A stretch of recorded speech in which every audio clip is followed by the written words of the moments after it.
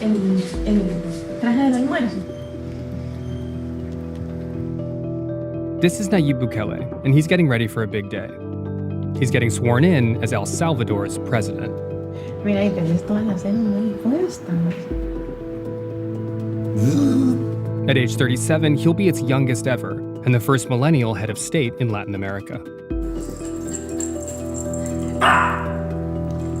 The son of a motorcycle magnate, Bukele entered politics at 31.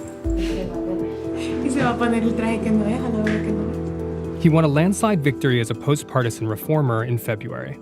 You excited? You nervous? Excited. Is that your speech? Yeah, that's my speech, and this is the speech expert. Oh, okay, you're a speechwriter. Cool. Right on. Well, So we're gonna review like 5 minutes or something. It's Cool. Voters in El Salvador responded to his youthful optimism as their best bet for combating corruption and one of the world's highest murder rates. Ustedes pidieron este cambio con fuerza, con cada familia votando, en cada calle, con cada voto. Ustedes gritaron el cambio que hoy comienza. Bukele wants to change how the government counters gangs like MS-13 and 18th Street. Rather than just snuffing them out, Bukele wants to, in his words, outcompete them with jobs.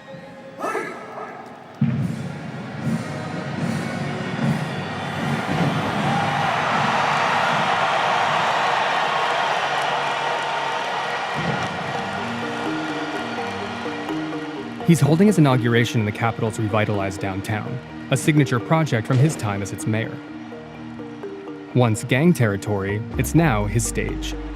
El Salvador, como lo conocemos, es un país que ha sufrido mucho.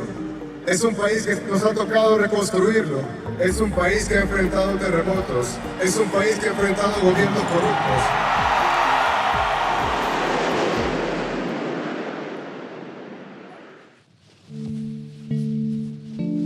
why do you think the voters of El Salvador responded to your candidacy, believed in you as president? The fight against corruption, I think, is one of the pillars that made us who won the election. But if it's, that simple, why hasn't it happened already? The previous president he has asylum in Nicaragua, and he is accused of stealing $351 million. That's just the part that we know of. And the previous president, he's accused of stealing $300 million. So you have faith that if you sort of change the image of what the government of El Salvador can do, how it operates, that people will start... Not only the image, I think it's called momentum.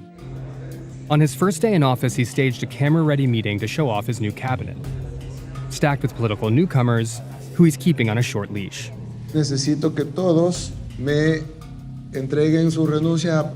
Eso es una renuncia que yo voy a guardar en mi despacho como una manera de que todos sepan de que sus cargos están a disposición y de que deberán de cumplir con el pueblo salvadoreño si quieren conservarlos. Vice News was given access to the cabinet's first closed-door meeting. Los que agarren sillas, siéntense. Tienen todos una gran tarea de aquí en adelante. Hablaba con el secretario de Comercio de los Estados Unidos y le decía de cómo podíamos crear medio millón de empleos en El Salvador. Yo le dije, ¿usted sabía que un empleo creado en El Salvador son 4 personas menos en la frontera sur de los Estados Unidos? Bukele should be an ideal partner for President Trump's efforts to stem migration from Central America. Even though the White House confirmed this week that it would halt payments on $500 million in aid to El Salvador, Honduras, and Guatemala, Bukele's plan has always hinged on enticing U.S. companies to invest. If private capital can be lured south, perhaps labor won't travel north. I think it's a mistake cutting the aid, but at the same time, we cannot force the United States to send us free money. Secretary of Commerce came for the inauguration. Yeah. He had a meeting with all of the American companies that have businesses here. And he said to them, today is the time to invest in El Salvador. We just received a $20 million donation of medicines. Migrants have called us first, and they offer help. And Google is donating us $1 billion in software. Yeah, Hope is a great engine.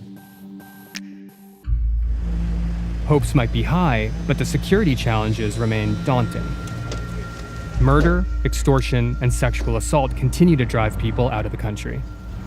Ahorita andamos en un sector de mes This is Alvaro, a police officer who asked us not to use his real name or even show his face. Esta es una área conflictiva.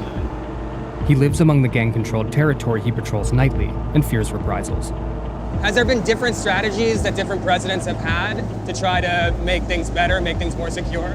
Cada quien trae su plan de gobierno, en el cual se implementan nuevas estrategias, pero nosotros como policía nos mantenemos en el margen, por decirlo. Ellos implementan nuevos planes, pero el trabajo nosotros siempre lo mantenemos en la comunidad. ¿Cuántas veces ha estado detenido? Le pregunté. Nunca. ¿Ha estado detenido en el 2016 por homicidio? Sí, es correcto. Entonces, ¿por qué me miente? ¿Sabe qué me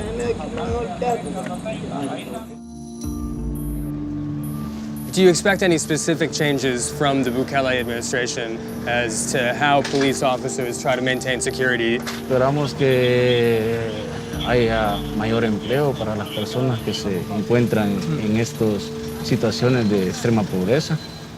It's about the poverty. Con eso nosotros que se erradica la inseguridad. In 2012, the government brokered a short-lived truce with its largest gangs. But Bukele is not interested in more negotiations, even if gang members want a seat at the table. MS-13's national spokesman agreed to meet us as long as we didn't disclose the location. Nosotros siempre hemos manejado de que si nosotros somos parte del problema o somos el problema, nosotros somos parte de la solución. Es ilógico de que nosotros estemos toda la vida jodiendo o chingando a nuestro mismo pueblo, ¿me entiendes? Pero no queda de otra si no hay oportunidades. Do you trust Bukele enough to be the first to put down your arms? Nosotros hemos ofrecido la desarticulación de la estructura. Hemos puesto sobre la mesa el tema renta. No le vamos a ayudar al país si llegamos a un diálogo a donde ya no exista la necesidad de rentear a la gente, como dice. ¿No va a traer más inversión al país esa acción? Claro que sí. ¿Por qué no le interesa? It doesn't interest Bukele because he's unwilling to meet their price: political legitimacy. What do you do with the 70,000 people who are active gang members today? First, you have to acknowledge the reality. Gangs have been running this parallel state. They charge taxes, they control territories, they provide security. But I'm not going to convert their de facto power into formal power. Mm-hmm. No, that's Why not? That's not the right way to do it. Yeah, that's why we need job programs, especially directed to those communities. What's your message to the Salvadorians who left or who had to leave? Well, I'm saddened because the ones that are fleeing right now, probably they don't believe in what we can achieve. I share the same concern President Trump's have for immigration, but for different reasons. Tell me. He doesn't want our people to go. I don't want our people to leave.